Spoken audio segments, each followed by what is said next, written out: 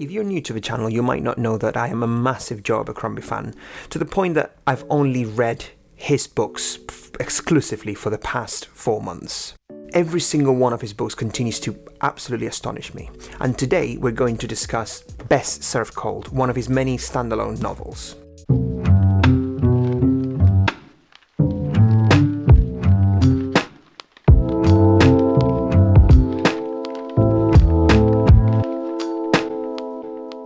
In this book, we follow the thrilling revenge story of Monscaro Murcato, a famous mercenary in the warring kingdoms of Styria that grows a little bit too popular for her employer's taste, the Duke d'Orso of Talons. Consumed by jealousy and envy, Orso orchestrates hers and her brother's murder. Now, don't worry, this is not a spoiler, it is literally in the prologue.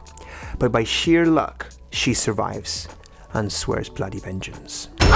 Obviously, it's stuff that I made up in the middle of the night for my own amusement, so I'm always kind of amazed that anyone is interested at all. But it does seem like there is some audience, at least, for it. Revenge stories are by no means a new thing in literature, but there is a reason why they appeal to us. There is something so viscerally powerful in rooting for someone that has lost everything except a twisted, morbid sense of justice that is going to shred every bit of their humanity.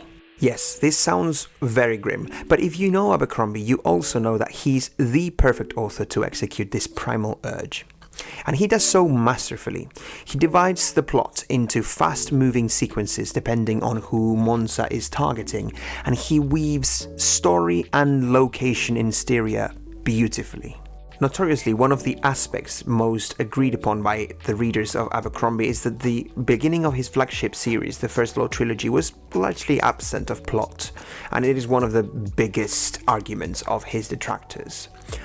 And I think Abercrombie listened, because the plot in this book is just exquisite. I would say it's even better than the characters. Connect them to the character first of all. Give them a strong sense of the character and their kind of their voice and their concerns and their way of seeing the world as quickly as you can. You're trying to establish the kind of world and the scenario in which they're operating. I mean, he studied psychology in university.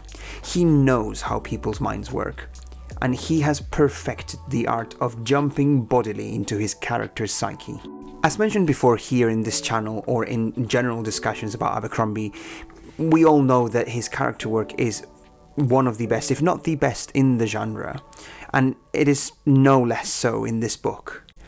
In Best Served Cold, the plot is tightly linked to character work, and although we mainly follow the motives of Monza, we do get glimpses of other major players in grand political schemes and personal agendas.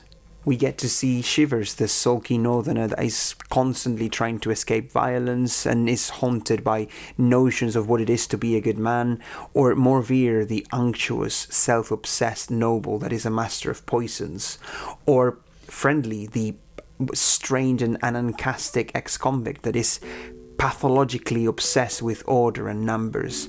In all honesty, Best Served Cold has one of my favourite set of characters of the whole First Law universe. Do what you enjoy, if you love Vikings, aim for a Viking, influence world, some kind of, think about a version of the Baltic Sea with kingdoms clustered around an icy sea plied by trade from many cultures, make that your basis.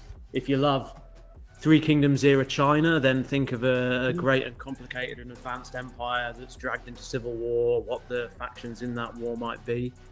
If you love magic towers in books, put some magic towers in there. Oh yeah.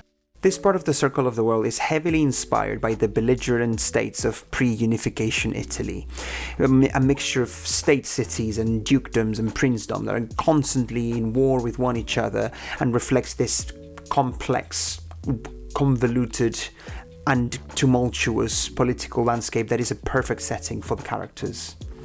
I would warn you though, if you expect a grand sweeping world buildings of the likes of The Wheel of Time or the Stormlight Archive, this is just not your book. This, I would say, it's more of a historical fiction with fantasy sprinkled on top.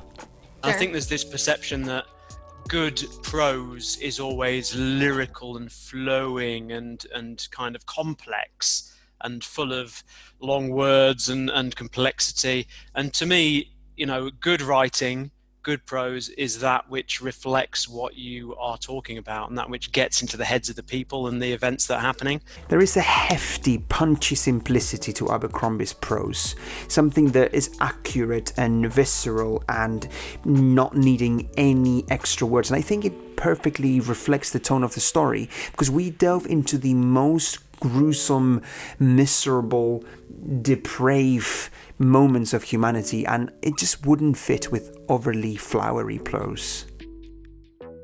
I know I said prose, but I'm going to leave it because I'm not going to Not only that, but it is so well written that if I were to give you a random point of the book, you would be able to guess what POV character it was just based on a couple of lines.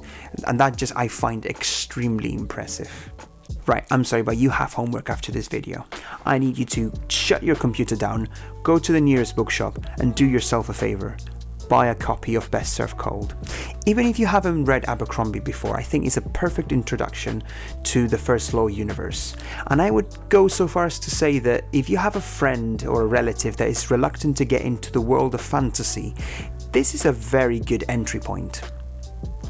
I hope you guys enjoyed the video, and I'll see you in the next one.